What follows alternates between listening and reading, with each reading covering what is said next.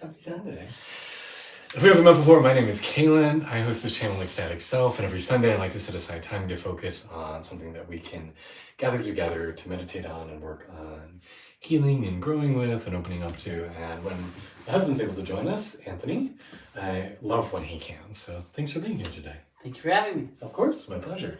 So thank you all for joining us. Please get comfortable. You can sit on the ground like we're doing, or if you'd rather sit in a chair or lay down, you can do that, of course, as well. This is time for you, so feel free to put your phone on Do Not Disturb, turn off the TV, do whatever you need to do. And we're going to start today just by asking you, how are you? How are you feeling? How are you doing? If you want to drop a comment and let us know, you can, or you can just silently ask yourself that.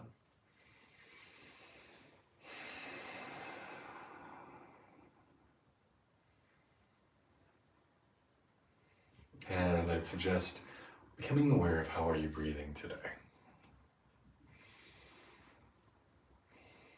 Notice the rate at which you're breathing.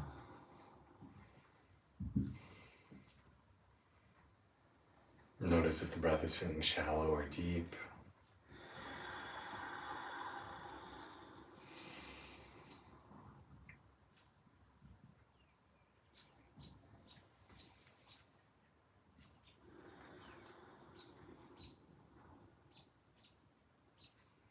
And allow everything inside of you to just relax.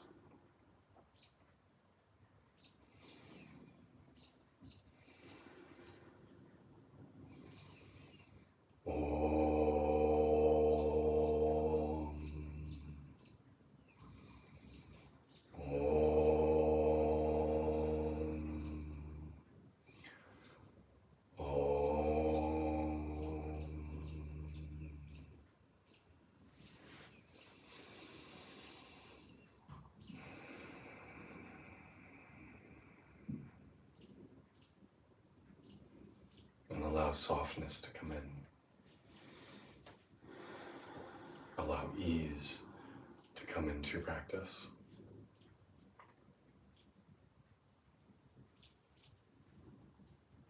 And as you breathe, imagine yourself not just breathing into your body, but breathing into the space around you. Allow your life force to fill the room.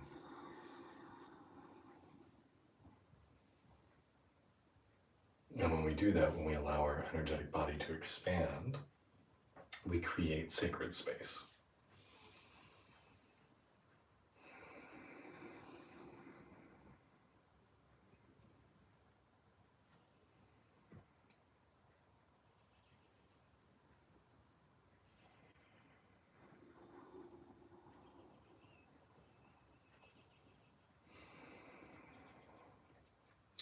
And since our theme for practice tonight is the idea of being able to give and receive love in an open, unconditional way, as you focus on your breath today, I invite you to, as you inhale, say, I am receiving love. As you exhale, I am sharing love. Inhale, I am receiving and accepting love. Exhale, I'm sharing love.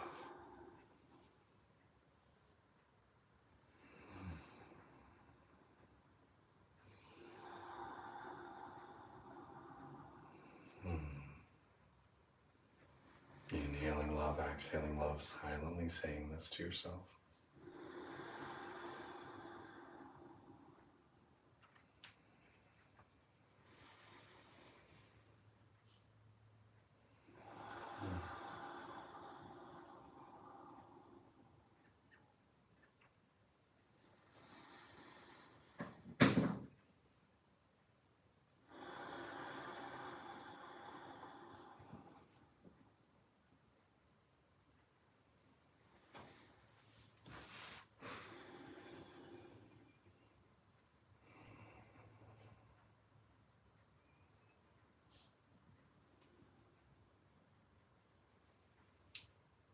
And as you do that, I would just like for you to visualize that as you inhale. You're pulling in whatever love looks like for you. Maybe it's light, maybe it's a color, maybe it's design, but you're pulling it into yourself. And then as you exhale, you're sharing it. So I'd imagine pulling it in down through your forehead into your chest. As you exhale, it's emanating out from your chest.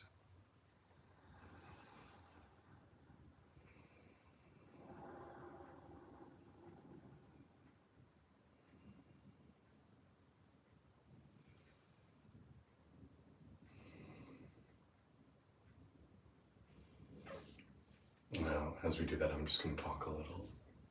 So please continue with your breathing, your visualization. All of us are deserving of love. We are deserving of being loved by others and sharing the love we have. And it's important we do both, because when it's just one way, when we are either just being loved or sharing it, it's not as fulfilling. The same neural pathways in your brain don't ignite when it's not reciprocated. And so we want to find ourselves in relationships, whether it's with a romantic partner, a family member, a pet, a friend, that we're receiving and giving in equal measure. I receive love. I share love. And I know what's hard for many of us is that often our experiences of love are conditional. And what that means is people say, I love you, but I love you most, or I only love you if you do, or if you are, or if you express X, Y, Z. Ideally, we give and receive unconditional love, which just means I love you because you exist. You deserve love because you're alive. And there's nothing you could do that could make you more worthy of love. There's nothing you could do that would make you less deserving of love. You are a creature of love, and you are deserving of knowing that.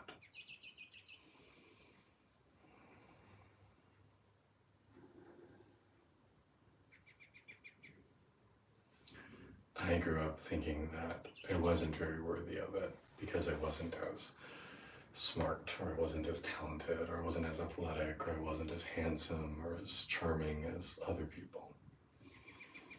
And so I learned that in order to be worthy of love, I had to be exceptional. And the issue with that is once you start a race towards being the best, towards being the most deserving of love, is that it becomes a competition. And when you're competing for worthiness, there will always be others who are more worthy than you. There will always be smarter or fitter or kinder or more talented or more charming people. And so it becomes an exercise in futility. For me, one of my breakthroughs in my journey of accepting and giving love happened when I started to realize that every sentient creature is worthy of it. Every animal, every person, every plant, every sentient being is worthy of love, is worthy of respect. And there's nothing that they have to do to earn that. Because they exist, they are worthy of it. And when I no longer had to feel special to be worthy of love, I started to be able to accept it, because then I said, well, if that tree over there is worthy of being loved, who am I to be different? Can I just accept then that I am like everyone else and I'm deserving of it? Not because I'm brilliant or tall or whatever, but because I exist. I'm not asking for special treatment, I'm just asking what everybody else has. That really became a turning point for me in my journey.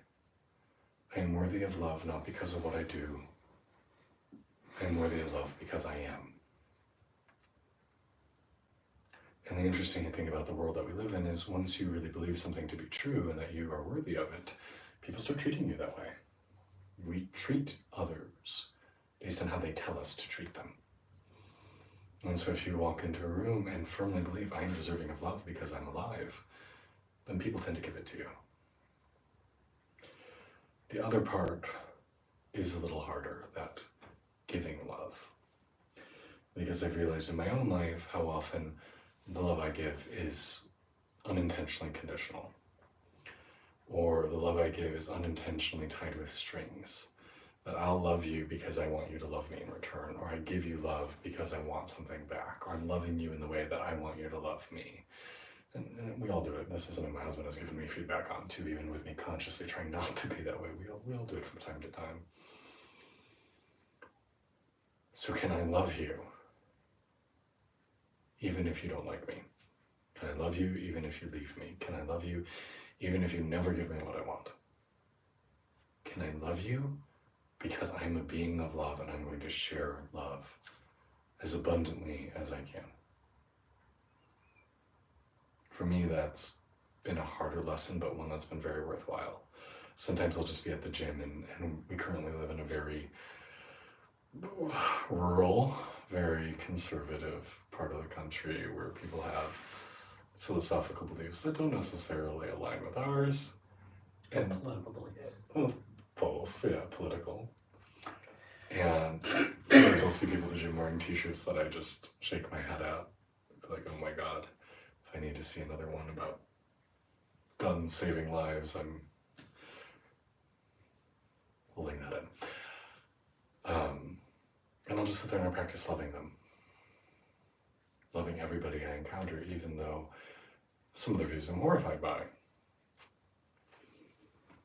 Can I just love because they exist? Can I love everyone, even if they treat me badly? And I think this is one of the things that spiritual teachers across time and across cultures have talked about, that idea. Love everyone, even if they spit in your eye. Love everyone, even if they slap you. You love them, even if they burn down your home. And what's hard is that doesn't necessarily mean just being a doormat and taking it, right? It's okay to protect yourself. It's okay to take action to avoid being hurt. But at the same time, recognizing that everyone is an incarnation of the divine and coming from a place of love, even when we don't like them. Coming from a place of love, even when we fear them. Coming from a place of love, even when we're horrified. Can we just share love? And I really do think if that's something we in our current world culture could do better, we'd be in a much better state. Right? People are so focused on hatred and division. So can you just receive love because you're deserving and share love because other people are deserving as well? So that's what I have to say for right now. I'm going to just be silent, and my beautiful, beautiful husband, if he has anything he'd like to add about giving and receiving love, please feel free. Yeah, I think a few things come up for me when we talk about love. And I think one thing is, what is it? Right? We talk about it, but we don't really define it. So I think it's an interesting thing that it's very difficult to define, but we sort of know it in that kind of larger sense of knowing love, which I just find to be a very unique thing, that it's hard to define, but yet it's knowable. It's similar, like, how do you define happiness, but we don't know what happiness feels like. Yeah. And I think too, something came to mind when we decided on this topic, which was one of my favorite, I was a practicing Catholic for many years. One of my favorite masses is the Easter Vigil Mass. And one of the reasons it's one of my favorites, one of the longest masses of the year, but it starts in complete darkness. And it begins with one candle. And it is the candle that comes into the church, and it's used to light the Paschal candle, the very front of the altar. And that light then lights every other candle in the church, and everyone's holding a candle. And there's that whole idea that the light of the divine, when shared, doesn't lose anything, but just grows and grows and grows. And then when you take your light and you pass it on to the person next to you, your light continues to shine just as bright. And for a moment, when those two wicks come together, the light is like double bright.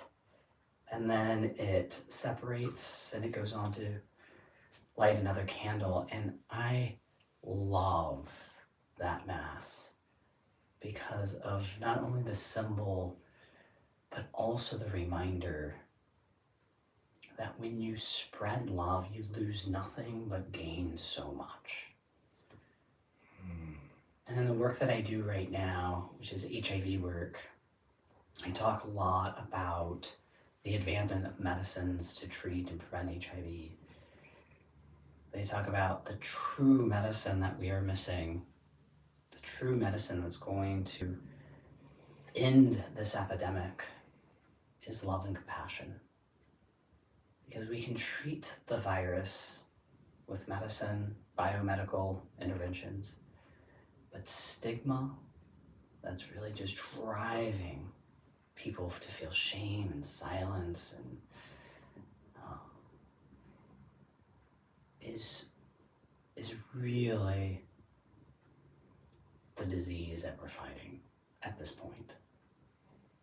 And the cure or the medicine for that disease is love and compassion. So we all have the ability to be medicine people and to cure some of the most difficult diseases this world experiences, which are in the heart and the head. I love you sharing that story of the candle, and that's actually a Buddha quote too, that I'm paraphrasing it horribly, but that one candle can light 1,000 candles and its light will never be dimmed. Mm-hmm. So too you can share happiness. And I think one of the interesting things we're talking about is we haven't even talked about romantic love. This is just love unconditionally.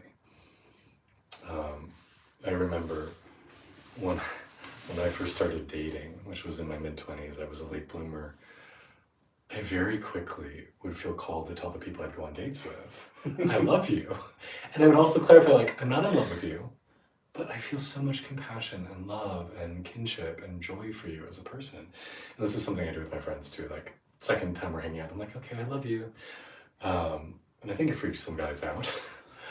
But I do, like, I think when you come from that place of love, it's impossible to not see another human being revealed, to see them sharing intimate moments, to see them revealing their humanity, to revealing their truth, their foibles, their hopes, their dreams, and not love them, you know? And like, I know we said I love you, like day 3, but also with you, I was definitely experiencing a feeling of being in love, like that head over heels rush, chemical high sort of experience, which I think is a little bit different than the love we're talking about. But I think that also, my husband doesn't care for small talk too much. That's true. But one of those reasons is because intimacy creates love, creates connection. And so I know for my husband, he is so interested more in connecting and sharing love than staying on the surface. Yeah. And dealing with, quote unquote, more mundane. But I think that's also because you want to get to the love so quickly. Yeah. I want to love you, and the easiest way to love you is to see you. And the way I can see you is by you revealing yourself. And I do think that's a layer. I mean, we're also talking about being able to love someone before they even show us who they are, right? Yeah. For the fact that they are just, beings. But it's easier if somebody shows you, because when they unveil themselves, like, it's hard not to love somebody.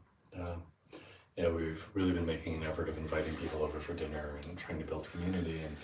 And when somebody is only interested in surface level small talk and wants to keep themselves hidden, I lose patience very quickly. And I'm sure more than a handful of times I probably just left the room and be like, okay, you have fun with them.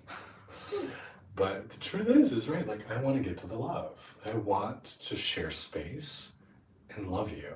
I want to feel that heart connection. I want to allow you to feel seen. I want to see you. I want to show myself. I want to get to that place of true fellowship. And you could call that brotherhood. You could call that... Well, I think that's also too why you enjoy like naked gatherings. Mm-hmm. Totally. Because what that does is it, in some ways, forces intimacy mm-hmm. in a way that you have nothing to hide behind, literally. Yeah. And it creates this vulnerability that, really allows someone to let their guard down. Yeah. And Yeah. so it facilitates a more intimate connection. Yeah. Authenticity, I often say, is easier when you're naked.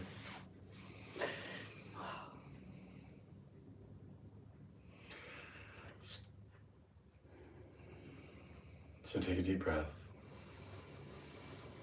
and focus on that place in the middle of your chest, the seat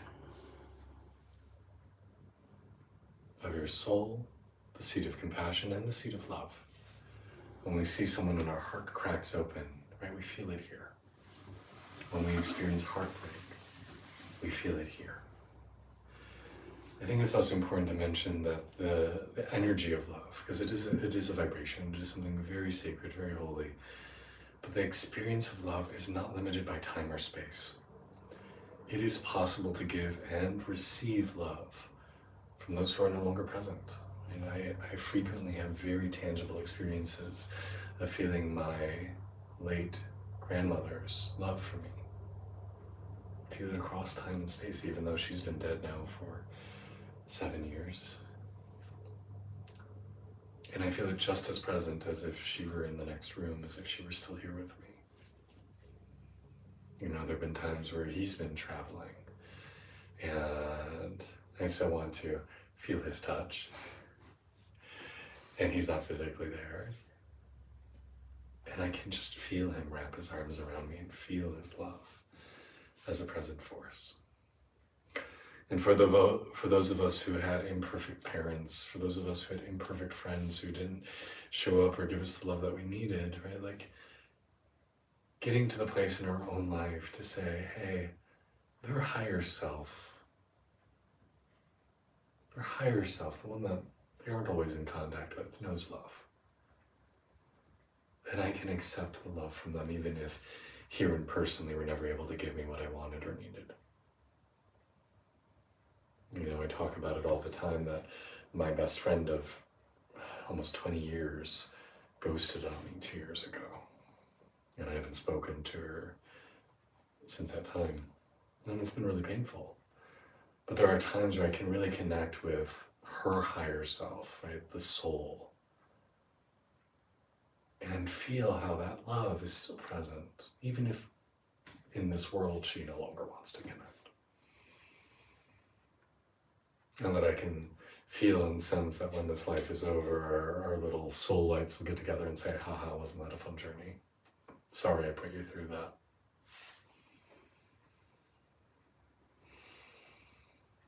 Love is one of the joys of this world. We incarnated here for the joy of experiencing this life. We incarnated as aspects of the divine that are pure bliss at the heart of us. And love is the connection. Love is what makes this all worthwhile. And my goal is to share and receive as much love as I can while I have this physical body here. To love unconditionally and to accept the love of others. And as I accept it, to learn my own worthiness.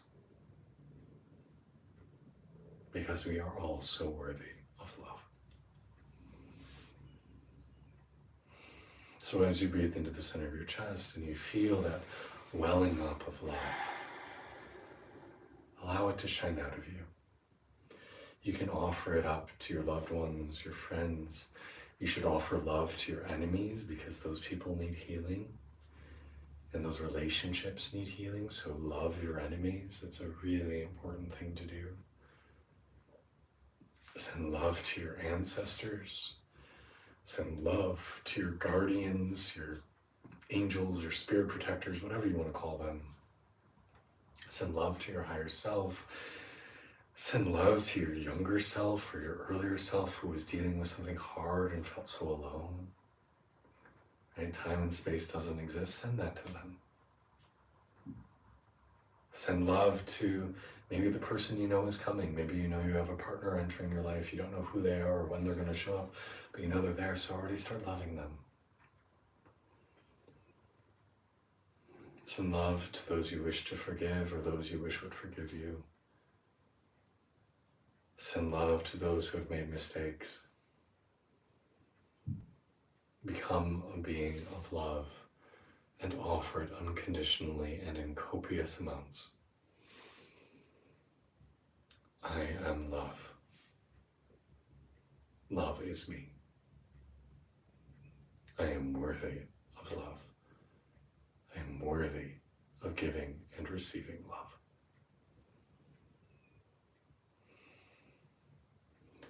Do you have anything you'd like to add? I think it's a good place to end.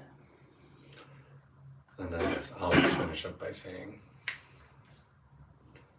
to receive the gift of somebody who loves you unconditionally is one of the greatest gifts we can receive. And I'm just going to take this moment to express my gratitude for my partner, who, as many foibles as I have, as many mistakes as I make, as many ways as I wish I could improve and be a better man, a better husband, a better partner, he's never, ever stopped loving me. He's never offered me anything but unconditional love.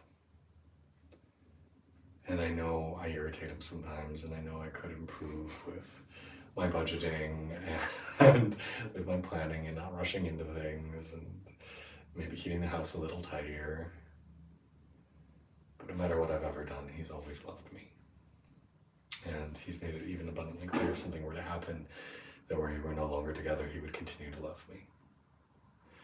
And to have a companion who offers love so freely, so abundantly, and so unconditionally is something I wish every single one of you could receive, because it is one of the most healing tonics a person could hope for. And so thank you, my beautiful, beautiful, beautiful partner, for always offering me so much love and such abundance.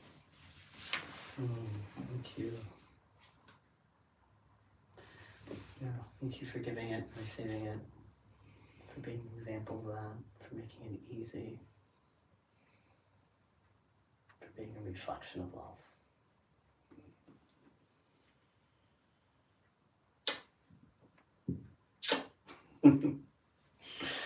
It's easy to love him when he's so pretty. Ew. It's true though. I'd pay him to say that. I hope this was beneficial for you. Thank you for taking time out of your busy day and busy life. If you ever have any questions, please don't hesitate to reach out. Let me know. Email is probably the best because my DMs are usually too crowded. And if you ever have a request for a topic for meditation or an edited video, please don't hesitate to let me know. Otherwise, I'll see you again, same time, same space next week. Well, I don't know if it's going to be the same space. We might be elsewhere. We have our open house next week because our house is going to be going up for sale. We're going to be moving, knock on wood, hopefully back into Washington, D.C. proper. We live in Maryland currently, about a half hour outside the city. So if you want to live in a really beautiful house in very rural Maryland, 30 minutes from D.C., feel free to reach out and buy ours. But we're going to be hopefully moving back into the city and have a little more opportunity to form community. So thank you for everything. We'll see you next time. Much love and blessings. May you have health, may you have wealth, may you have abundance in your life. May you shine with joy, may you be surrounded by love, and may you dance with ecstasy in every step of your journey. Namaste.